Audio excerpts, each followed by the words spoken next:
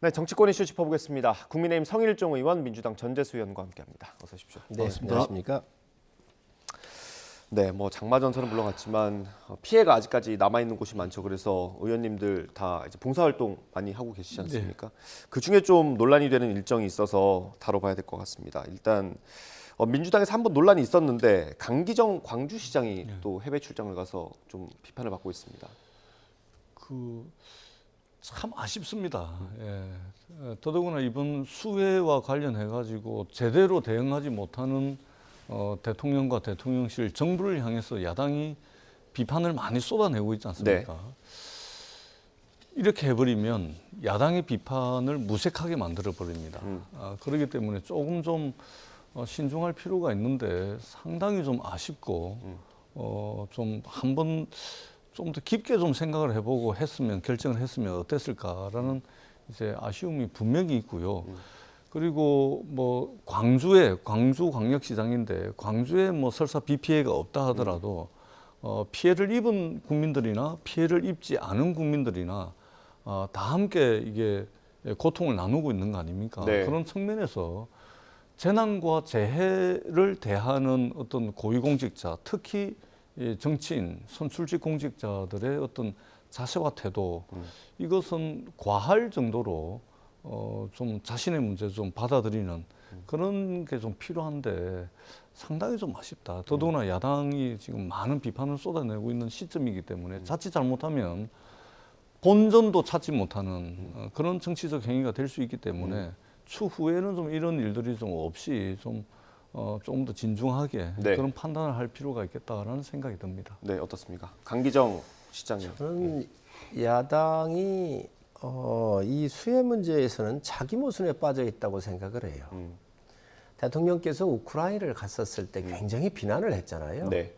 대통령께서 우크라이나 갈 때는 우크라이나의 모든 정보 시스템, 감시 시스템, 나토의 시스템, 또 미국까지 우리 우방국들이 사전에 다 계획돼 있었던 외교 일정이었기 때문에 안 갈 수가 없는 거예요. 통상의 외교보다는 더 강화된 게 있었던 거죠. 그러면요. 대한민국 대통령이 안전에 문제가 걸려 있는데 대한민국 정부가 그런 안전을 사전에 협의 없이 가겠습니까? 즉흥적으로 결정하겠습니까? 그런데 네. 그걸 수해하고 연결했던 것이죠. 그러다가 보니까 지금 이제 민주당이 이 딜레마에 빠져 있는 것이죠. 저는 그렇게 생각합니다. 강기정 광주시장 가시기 전에 네. 3일 뒤에 큰 비가 내린 거잖아요. 예. 아니 국가는 시스템으로 움직이는 거예요. 광주시장 갈 수 있지요. 왜 못 갑니까? 그 외교 일정이라고 하는 것이 개인 일정이 아니라 시와 관련된 이익과 관련되거나 시와 연결되는 네. 특히 여기에 국제 행사를 유치하기 위해서 나갔다는 거잖아요. 예. 전 이거 간 걸 가지고 비난하는 거 옳지 않다고 생각을 해요. 또 오늘 아침에 보니까 민주당의 의원들께서 뭐 베트남하고 라오스 가게 돼 있는 일정을 중단하고 들어오셨던데 예. 전 그것도요. 의원에게도 중요합니다. 가 있는 일정 수행하는 건 맞지요. 네. 모든 것을 국민 감정에만 이게 맞추다가 보면 국가는 큰 시스템으로 돌아가는 거잖아요. 때로는 국민의 정서하고 좀 안 맞더라도 국가 이득이라고 하는 것은 국민이 일일이 모릅니다. 그런 부분들은 또 저는 작동하는 게 맞지. 이 모든 부분들을 수혜가 났기 때문에 여기에 맞추어서 모든 것이 다 정지되는 것처럼 집중하는 것은 바람직하지 않다. 네. 수혜 복구는 수혜 복구대로 하는 게 맞습니다. 여야가 힘을 뭉쳐서 협치를 하고 또 지원하는 건 맞습니다. 네. 그러나 또 외교 일정에 있는 것은 일정대로 가야 되는 거지요. 네. 지금 국회의장도 지금 저 인도네시아를 비롯해서 순방하고 있다는 거 아니에요? 예. 그럼 그 국회의장 다 상대국하고 협의돼 있는데 국회의장 들어오시라는 거 할 겁니까? 큰 국가적 측면에서 시스템대로 돌아가는 것은 돌아가는 게 하도록 하는 것이 우리 대한민국 선진화된 나라에서 저는 맞다고 보고 예. 또 이제 대통령을 중심으로 해서 수해 복구에 여야 없이 다 구슬땀을 흘리고 지원하는 것 또한 맞다고 생각을 합니다. 예. 민주당 의원들 그리고 광주시장을 비판하는 것보다는 대통령을 비판했던 게 좀 잘못됐다라는 지적을 해주시는 거거든요. 우리 성일종 의원님께서 얼씨구나 하고 예. 야당의 잘못된 부분을 마치 윤석열 대통령이 이번에 엄청난 비 피해가 왔음에도 불구하고 빨리 돌아오지 않은 부분을 정당화해버리는 뭐 이렇게 뭐 그 취지야 뭐 그렇지는 않겠습니다만 그렇게 좀 들리는데 야당이 조금 불편하다, 야당이 조금 부족하다 그래서 집권 여당의 책임이 가벼워지는 것은 아닙니다. 우리가 여야가 있는 거 아닙니까? 야당은 견제하고 비판하는 것이 물론 이제 대안도 제시를 해야 되겠습니다만 네. 대안을 제시하지 못한다 그래서 비판하거나 견제하지 말라는 뜻은 아니거든요. 그렇기 때문에 국정 운영에 무한 책임을 지고 있는 것은 뭐니 해도 집권 여당이고 대통령입니다. 네. 그런 차원에서 저희들이 비판을 했던 것이지 야당이 부족하다 그래서 집권 여당 대통령의 책임이 부족한 만큼 가벼워지지 않는다라는 말씀을 드리고 네. 국정 운영의 최종 책임자는 대통령 집권 여당이다라는 말씀을 드립니다. 그럼에도 불구하고 그렇기 때문에 야당은 뭐 부족해도 된다 이렇게 제가 말씀드리는 건 아닙니다. 아쉬운 부분은 분명하게 제가 이제 비판을 하고 그럼에도 불구하고 집권 여당의 책임은 더 강조해도 지나치지 않다 이 말씀을 드리는 것입니다. 두 분의 기준이 다른 것 같아요. 네. 집권 여당의 무한 책임이라고 하는 말은 100% 동의를 해요. 그런데 그 무한 책임을 지기 위해서 대통령의 외교 일정이 있는 거거든요. 국제사회와 다 맞춰져 있는 거 아니겠어요? 네. 그럼에도 불구하고 국내에 많은 비가 내릴 때 대통령께서 통신이나 모든 화상 또 일반 통신을 통해서 국내적 상황에 대해서 지시를 내리고 정확하게 장악을 하고 있으면 왜 통신이 필요하겠습니까? 그런 게 있음에도 불구하고 장악이 안 된 상태로 내팽개치거나 소홀히 한다고 그러면 대통령이 비난을 받아야지요. 네. 저 강기정 시장도 마찬가지입니다. 큰 비는 떠난 지 3일 뒤에 내렸더라고요. 근데 광주에는 또 그때 비가 많이 왔습니다. 갔을 때. 아니 가시기 네. 전에는 뭐 그 호우 경보나 이런 것들이 없었어요. 그러면 저 강기정 시장이 외국 나가서 그럼 이 보고에 소홀히 받고 방치했겠느냐는 거예요. 저는 뭐 강기정 시장 옹호할 생각이 없습니다. 네. 그러나 국가의 시스템이라고는 큰 틀에서 봐야지 오로지 대통령의 공격을 하기 위해서 하다가 보니까 자기 모순에 빠진 거예요. 아니 옛날에 그러면 뭐 전 정권에서는 이런 수혜가 없었습니까? 그 당시에도 다 비슷하잖아요. 그래서 네. 국가는 큰 시스템으로 움직여가는 거기 때문에 그러한 큰 틀에서 우리가 대한민국을 운영하고 가야 한다는 말씀이에요. 네, 알겠습니다. 이게 뭐 두 제가 분이 짧게 한 말씀만 더 드리겠습니다. 제가 하시면 예, 또 하실 것 같은데 예, 짧게 그, 부탁드립니다. 그, 예. 저, 제가 안 하지요.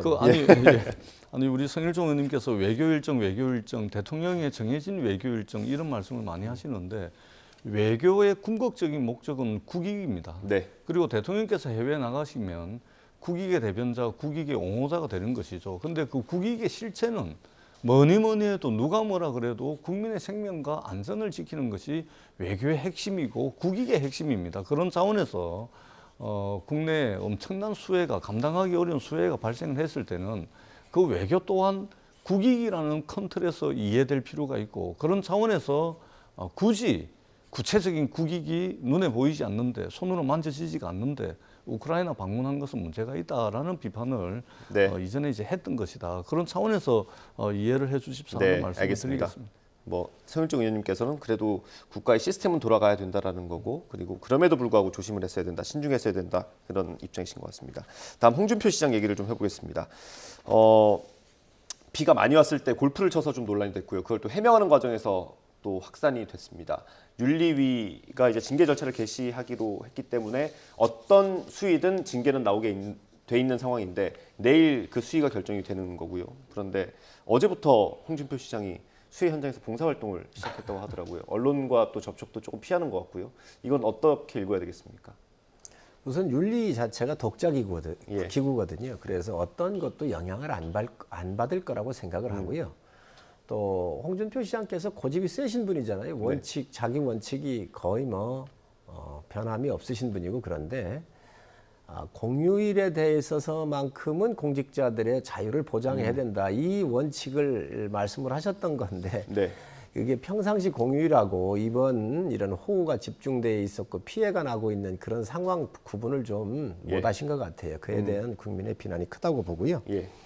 또 여러 가지 측면에서 사과도 하셨고 예.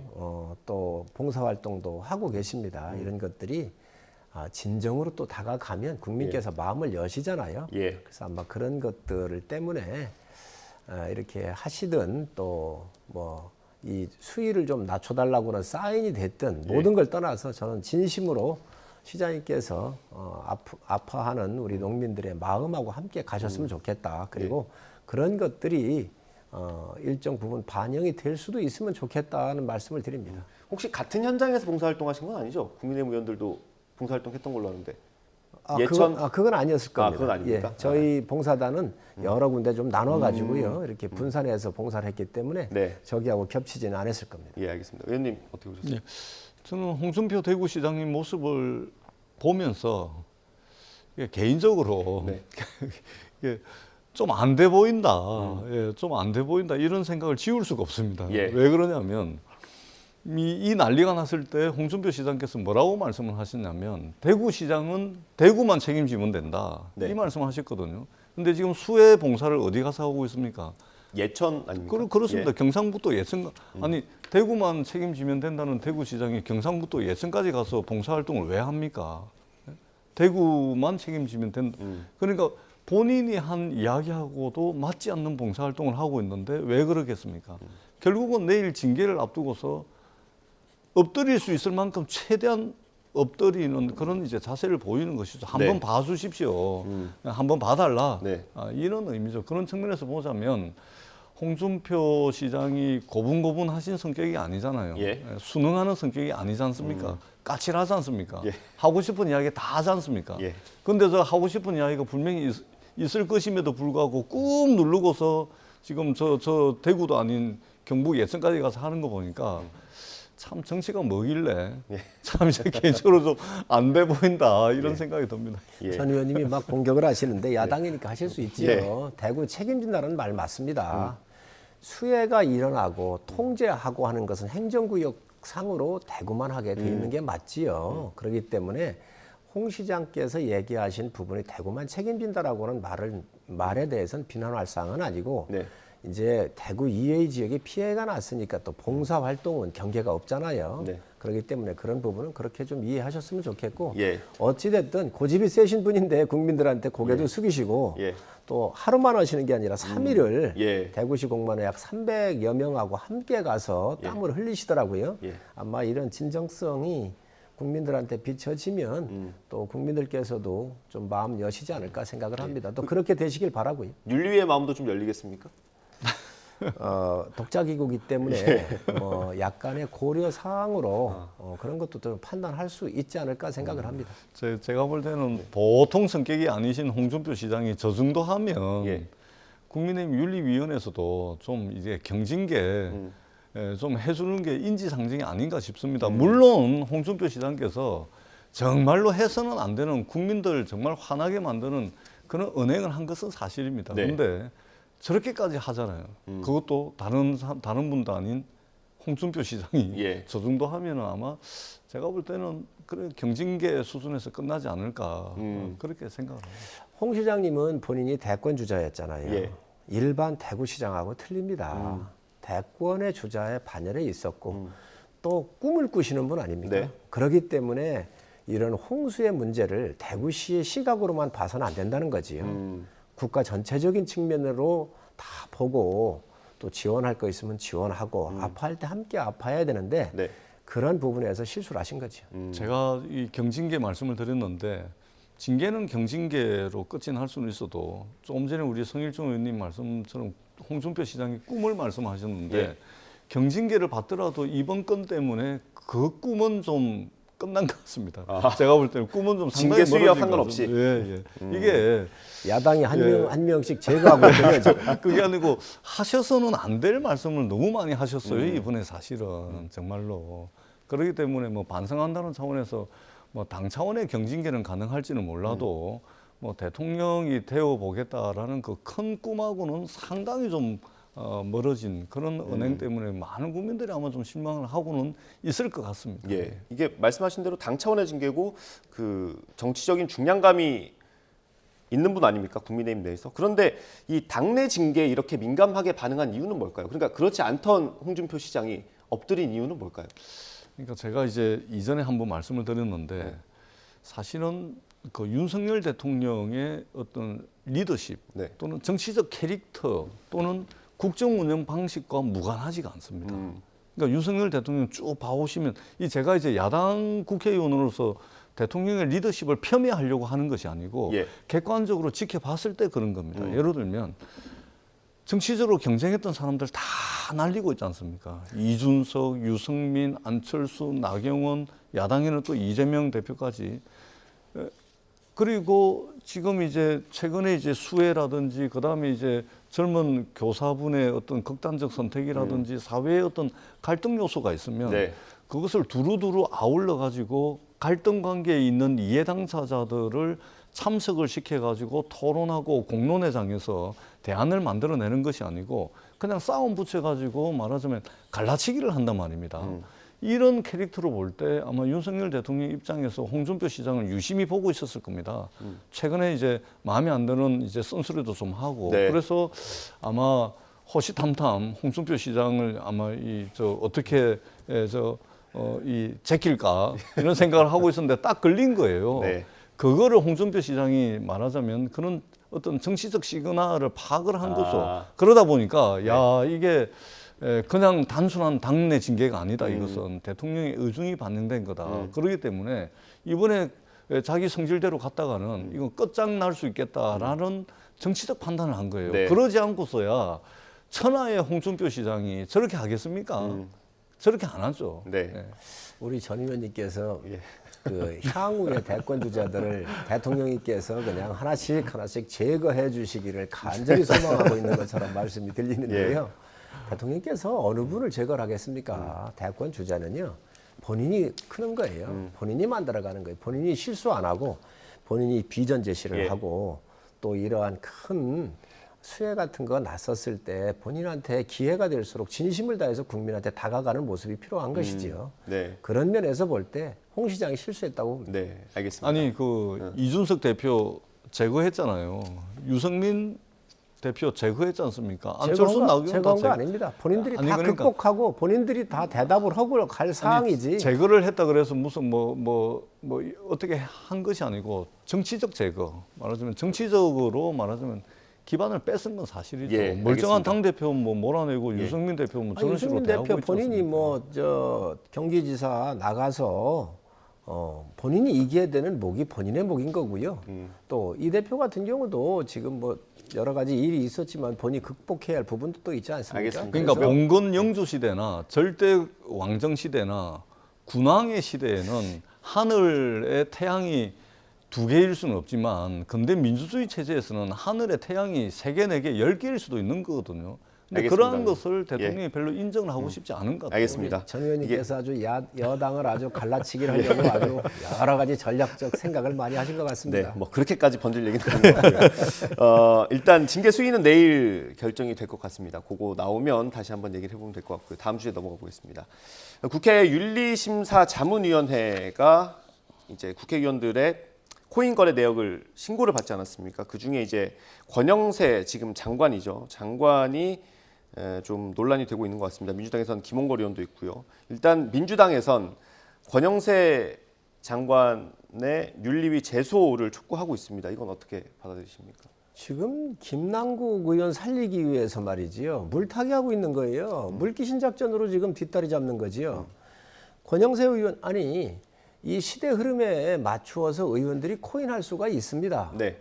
권영세 의원 자산을 보니까요. 43억인가 그래요. 그중에서 3, 4천만 원 한 거예요. 예. 김남국 의원 자산 신고를 15억을 했는데 100억 가까이 한 거 아니에요. 8배 가까이를 여기에다가 투자를 한 거예요. 최대 금액이 100억이 됐다. 그렇습니다. 그리고 권영세 의원은 이 자료를 내라고 할 때 모든 것 빠짐없이 다 제출을 했습니다. 김남국 의원 했습니까? 정치 생명과 모든 재산을 걸겠다고 한 사람이 자료 제출도 안 했잖아요. 그리고 의원직 신분으로서 세상에 인사청문 할 때까지도 했다는 거 아니에요. 네. 그리고 본인의 거짓말이 문제된 거잖아요.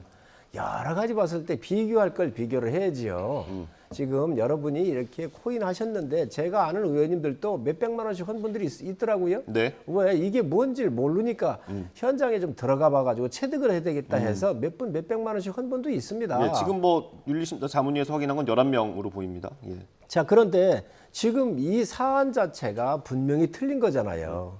그런데 이거를 윤리가 어떤 기능에 의해서 이렇게 이러한 비밀을 유지해야 되고 이거 누설하면 안 되는 거잖아요. 그런데 이런 걸 마음대로 누설을 하고 그리고 이것을 물타기 해가지고 김남국 의원 제명을 막으려고 하는 거는 정말 잘못된 정치입니다. 예, 요거 하나만 더 여쭤보고 발언 드릴게요. 지금 국민의힘에서 윤리심사 자문위원회를 고발한다고 하더라고요. 그 정도 사안이 되는 겁니까 지금?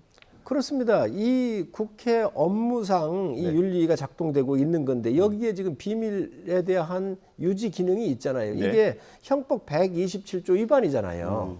그런데 여기에 자문위가 이걸 낸 것을 누가 이 권영세 의원을 비롯해서 11명을 발표를 했겠습니까? 그것도 의도가 뭐겠어요? 김남국하고 물타기를 하고 이 윤리위는 반반 정도씩 자문위가 구성돼 있을 거예요, 여야로. 예. 그러다가 보니 이 분들이 김남국이 보호하기 위해서 한 거 아니에요. 아니 지금 권영세 의원이 위법적으로 문제가 한 거 있습니까? 아니면 김남국 의원처럼 어떤 출처에 돈이 문제가 있는지 밝히지를 않았잖아요. 네. 권영세 의원 43억인가 되는 자기 자산 중에서 1%로 한 거고요. 지금 이 김남국 의원 같은 경우는 15억 신고를 했는데 이 금액이 8배 정도 가까운 100억 정도가 됐다는 거 아닙니까? 예. 그렇다고 한다면 엄연히 사안이 틀리지요. 도덕적으로나 법적으로나 모든 면에서 또 자료를 제출해야 되는 의무 면에서도 틀린데 네. 이거를 권영세 의원을 갖다가 여기에 물타기를 하고 물귀신으로 물고 늘어진다고 하는 것은 저는 윤리위원들 심각한 문제가 있다고 그 생각합니다. 윤리심사 자문위원회에서 정보가 샜다, 일부러 흘렸다라고 보시는 것 같습니다. 예. 예. 같은 당 의원을 비판하기는 쉽지 않습니다. 예. 그런 측면에서 뭐 충분히 저 이해를 합니다. 예. 성희종 의원님 말씀. 그러나 그 말씀에 동의를 할 만한 국민들이 과연 몇이나 될까 이런 생각을 해봅니다. 왜 그러냐면 김남국 의원이 비판을 받았던 지점은 뭐냐면 뭐 이 권영세 장관이 뭐 400회 거래를 했다. 이것도 이제 더 추가적으로 봐야 되는데 400회 했다 손 칩시다. 김남국 의원이 뭐 2,000번, 3,000번을 했다 손 치고 그러면은 이게 2,000번 했냐, 400번 했냐 이거 가지고서 문제가 되는 게 아닙니다. 비교의 대상이 아닙니다. 근본적이고 본질적으로는 김남국 의원이 비판을 받았던 것은 뭐냐면은 공익의 대변자 여야 할 국회의원이 네. 회의 시간에 또는 국회의원 신분으로 사익 추구 행위를 극단적으로 한 부분에 대한 국민적 분노였습니다. 그렇지 않습니까? 예를 들면 기업 경영을 하다가 국회의원이 되게 되면 기업 경영을 접습니다. 네. 대표이사도 그만두고 만약에 대주주로서 주식을 그 기업의 30%, 40%, 50% 주식을 가지고 있다. 그러면 주식 백지 신탁을 해가지고 네. 기업 경영을 하지 않습니다. 그것은 왜 그러냐면 국회의원은 기업 활동 뭐 이런 등등을 통해 가지고 사익 추구 행위를 통해 가지고 돈을 벌기 위해서 국회의원을 하지 않기 때문에 그러는 거 아닙니까? 네. 즉 사익 추구가 국회의원의 주 활동이 아니고 공익 추구 활동이 국회의원의 본연의 역할이라는 이유 때문에 김남국 의원이 많은 국민으로부터 실망과 분노를 자아냈던 겁니다. 네. 그런 본질적 측면에서 보자면 권영세 국회의원 그리고 국회의원을 넘어서서 또 일국의 국무위원까지 하셨던 분이 네. 이렇게 한 부분에 대해서 김남국과 틀리다. 그러니까 다르게 봐야 된다. 본질적으로 똑같은 겁니다. 사익 추구 행위죠. 그렇기 때문에 그렇게 말씀을 하시면 국민들이 납득하기 어렵다. 이 말씀을 드리고요. 예. 우리가 정치적 용어로 내로남불 말씀을 많이 하시는데 네. 완벽한 손톱만큼도 내로남불 없는 사람은 없겠죠. 조금씩은 다 있겠죠. 전부 팔이 안으로 굽어가지고 남의 입장보다 자기 입장을 조금씩 더 중요하게 생각하는 거 아닙니까? 인간이라면은 손톱만큼의 내로남불은 있는 것이죠. 그러나 그 내로남불이 국민적 분노를 자아낼 때는 허용 가능한 수준을 넘어설 때 네. 이제 비판을 받는 겁니다. 바로 권영세 장관을 이런 식으로 두둔을 하면 그야말로 전형적인 형태의 내로남불이 될 수밖에 없다라는 말씀을 드리고 국민의힘이 쓸데없는 짓 하고 있습니다. 국회의장 직속에 국회 윤리심사 자문위원회를 고발한다고요? 국민들에게는 알 권리가 있습니다. 더더구나 김남국 의원 건으로 촉발된 가상자산 투자와 관련해서는 국민들의 분노가 하늘을 찌르고 있습니다. 그런데 그 부분과 관련해서 국회 윤리심사 자문위원회가 공개를 했는데 그걸 고발을 한다?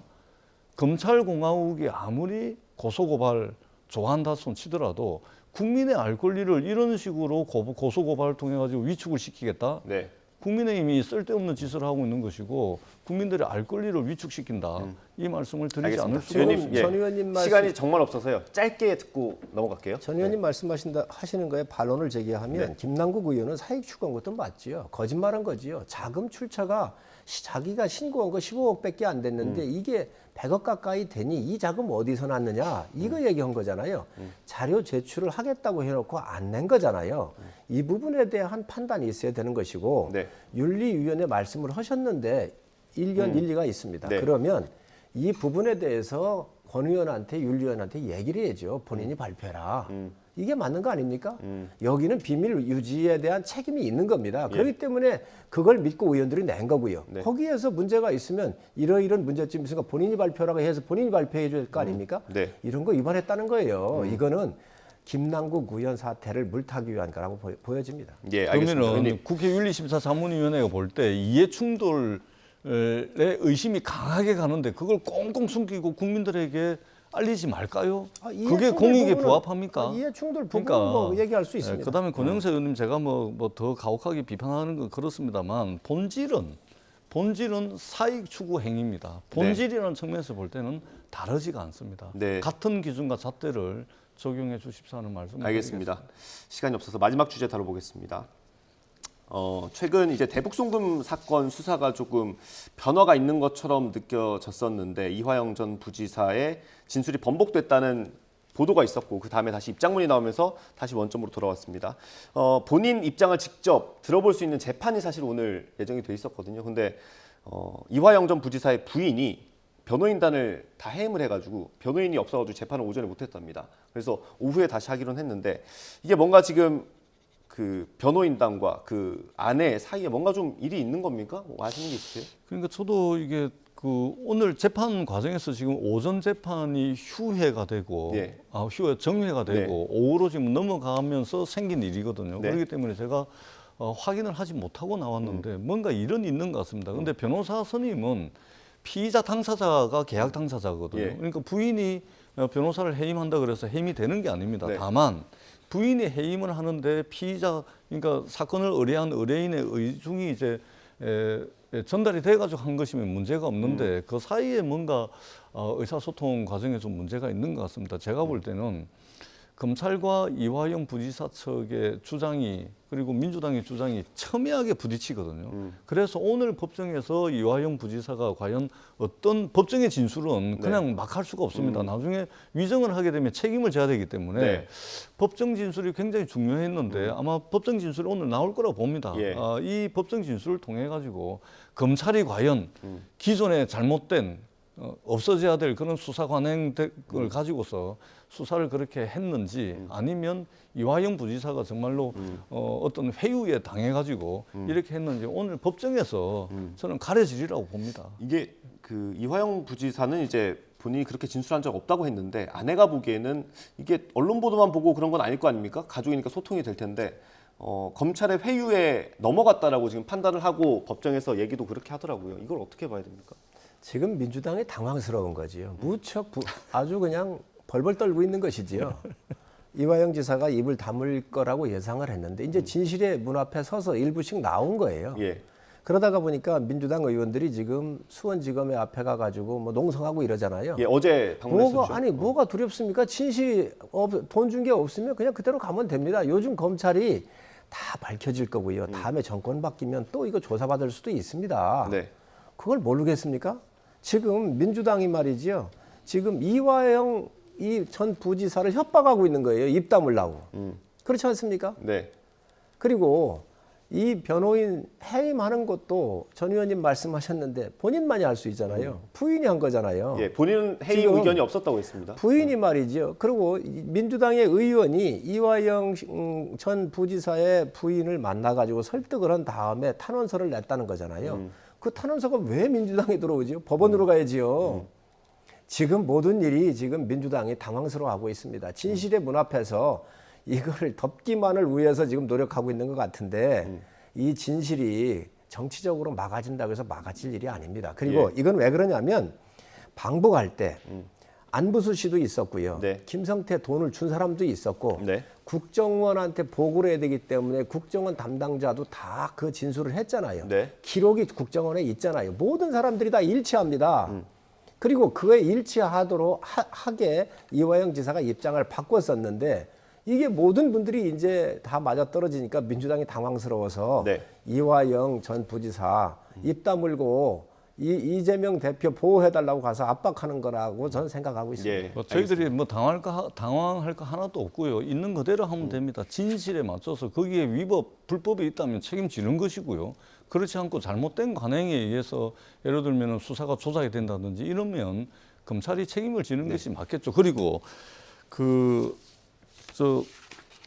언론에 네. 이화영 부지사 부인의 자필 편지가 공개가 되어 있습니다. 그리고 이화영 부지사의 자필 편지가 언론에 공개가 되어 있습니다. 네. 그거 참고하시면 이 사건을 좀 이해하는 데 도움이 되지 않을까라는 알겠습니다. 말씀도 아울러서 드리도록 전 하겠습니다. 의원님은 아주 객관적으로 이렇게 쓰셨어요. 말씀을 하시고 그러는데 지금 이재명 대표의 주변 사람들은 이재명 대표를 포함해서 이걸 무조건 막아야 되는 거예요. 좀 결이 좀 틀리다는 말씀을 좀 알겠습니다. 제가 드립니다. 재판이 아마 오후에 다시 재개가 될 것 같습니다. 변호인들이 와서요. 그때 이화영 전 부지사의 입장이 어떻게 나올지 지켜보겠습니다. 오늘 말씀 여기서 마무리하도록 하겠습니다. 성일종 의원, 전재수 의원과 함께했습니다. 감사합니다. 네, 수고하셨습니다. 고맙습니다.